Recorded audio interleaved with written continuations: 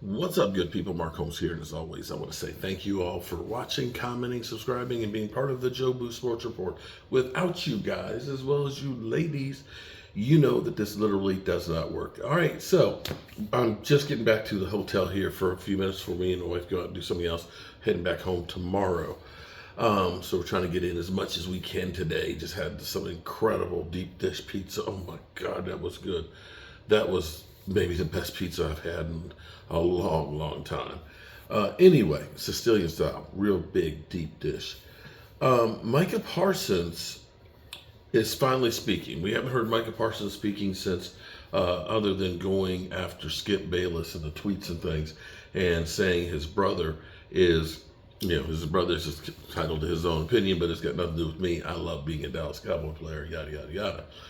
But Skip Bayless, who has a way of getting under people's skin.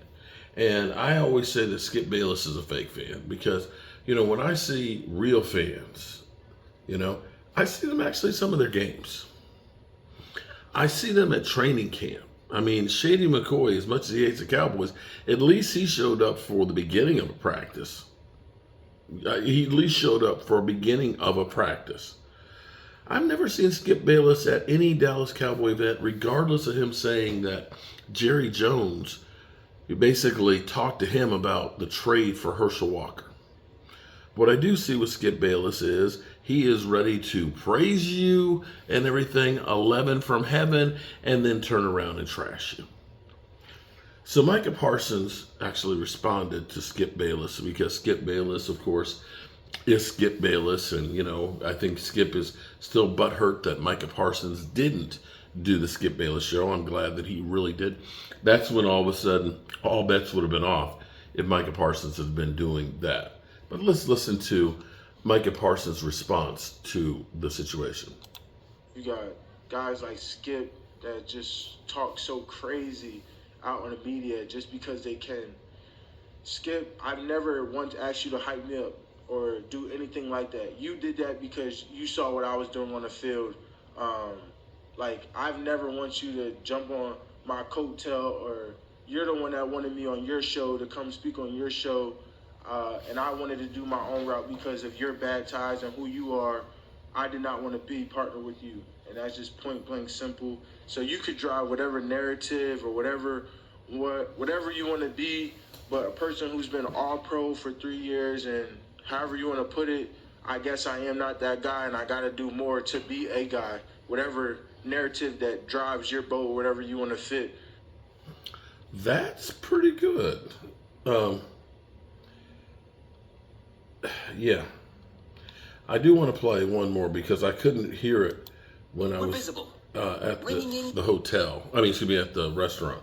In which case they were playing music in the background, and I think it may not be able to go up. But we got an ad here for another 20 seconds because, of course, that's what we get. But yeah, he believes in Dak, and he believes in Mike McCarthy, and we're almost there. So, for everybody that's been speculating about the Cowboys having, dysfunction in the locker room and everything else, at least between Micah and Dak, it sounds... A lot of people, overreacting.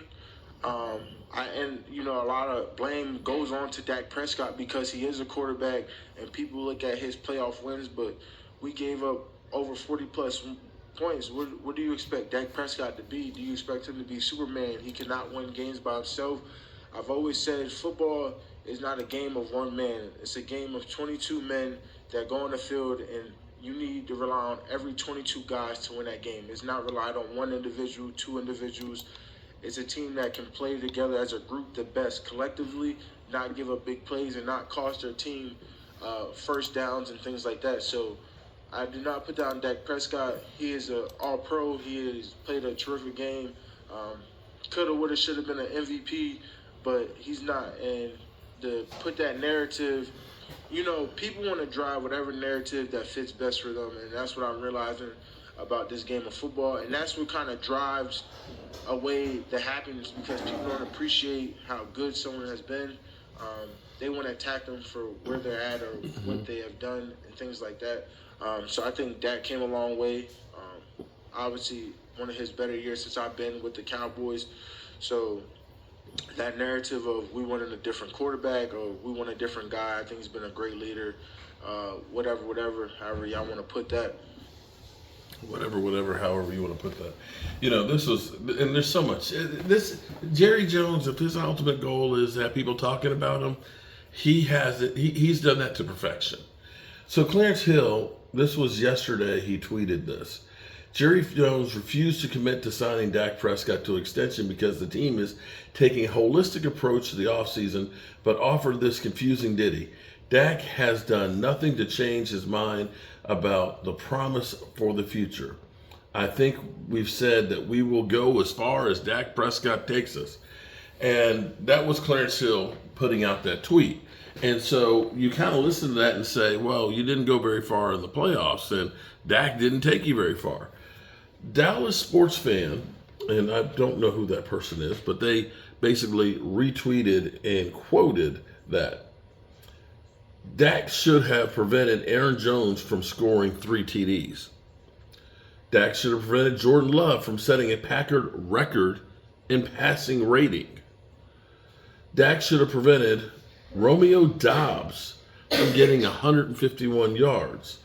And Dak should have prevented their offense from averaging 17 yards square. This is perfect. I am glad you're here. Yes. Okay, because see, we've been going through all kinds of drama. And a lot of people will, say you need to find a new team and this, that, and the other and stuff. But see, my wonderful bride of 20 years, she made me this shirt. And see, it's hard for me to read this because it's backwards when I look at this.